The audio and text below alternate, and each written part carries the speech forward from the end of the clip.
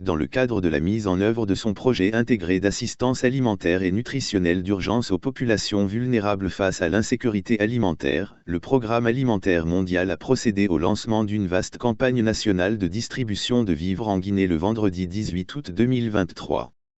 C'est dans la commune rurale de Koumana, située dans la préfecture de Kouroussa relevant de la région administrative de Kankan, que le coup d'envoi de cette campagne nationale, ayant pour but de répondre aux besoins des personnes les plus vulnérables et de lutter contre l'insécurité alimentaire, a été donné en présence du directeur pays du Programme alimentaire mondial en Guinée, le Dr Young Jos Lim, du représentant du ministre de l'économie et des finances, de celui de l'administration du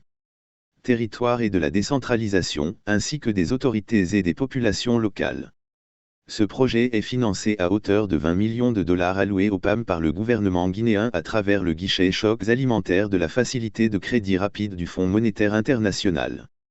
Il devrait, à terme, bénéficier à une population estimée à 1,2 million de personnes, soit 11% des citoyens les plus vulnérables dans toutes les préfectures du pays, ainsi que dans le Grand Conakry, à travers des filets sociaux productifs de la réduction des risques environnementaux, des programmes d'alimentation scolaire et de nutrition à grande échelle.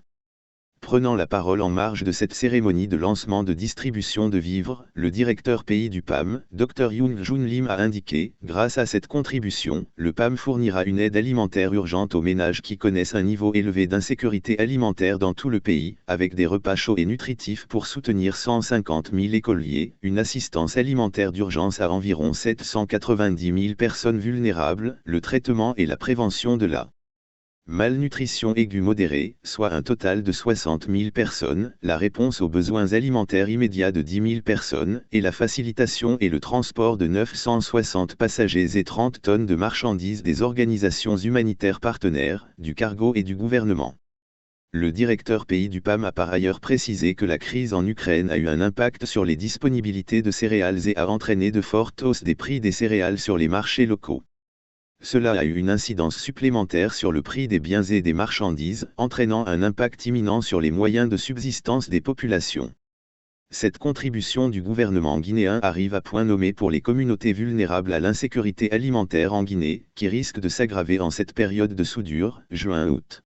Pour sa part, M. Sidi Mokhtar Diko, le représentant du ministre de l'Économie et des Finances, a, au nom du gouvernement guinéen, vivement remercié le Programme alimentaire mondial pour toutes ses actions humanitaires positives en Guinée.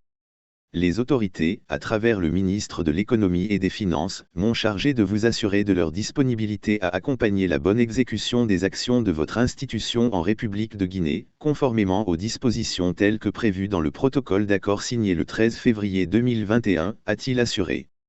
De son côté, le colonel Moussa Condé, gouverneur de la région administrative de Kankan, a, dans son discours de circonstance, tenu à son tour à remercier le gouvernement guinéen, le PAM et le Fonds monétaire international.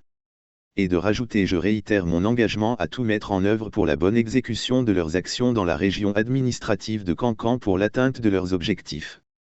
Je profite aussi pour féliciter et encourager tout le personnel pour le travail effectué sur le terrain, parfois dans des conditions difficiles. Enfin, j'exhorte les ménages récipiendaires de cette distribution de vivres à utiliser ce dos à bon escient en vue de contribuer efficacement à éliminer la faim dans notre pays d'ici 2030, conformément à l'agenda 2030 des Nations Unies. Enfin, plusieurs bénéficiaires de cette distribution de vivres, à l'instar de Sori Berete, père de plus d'une dizaine d'enfants, après avoir reçu son sac de riz, n'ont pas manqué d'exprimer leur sentiment de gratitude en ces termes: je suis très heureux en ce vendredi, jour de Dieu, d'avoir pu bénéficier de ce sac de riz. Pour cela, je ne cesserai de vous en remercier. Car moi, je suis père de 14 enfants, dont j'assume tout seul les charges. En plus de cela, j'ai une jeune sœur qui est porteuse d'un handicap et qui est sous ma responsabilité. Ce dos pour moi est comme une bouffée d'oxygène, a-t-il témoigné. À noter que cette cérémonie de lancement de la distribution de vivres en République de Guinée a été ponctuée par une belle note de sonorité traditionnelle accompagnée des pas du Demimba, une danse traditionnelle du Hamana, également appelée la danse des hommes forts.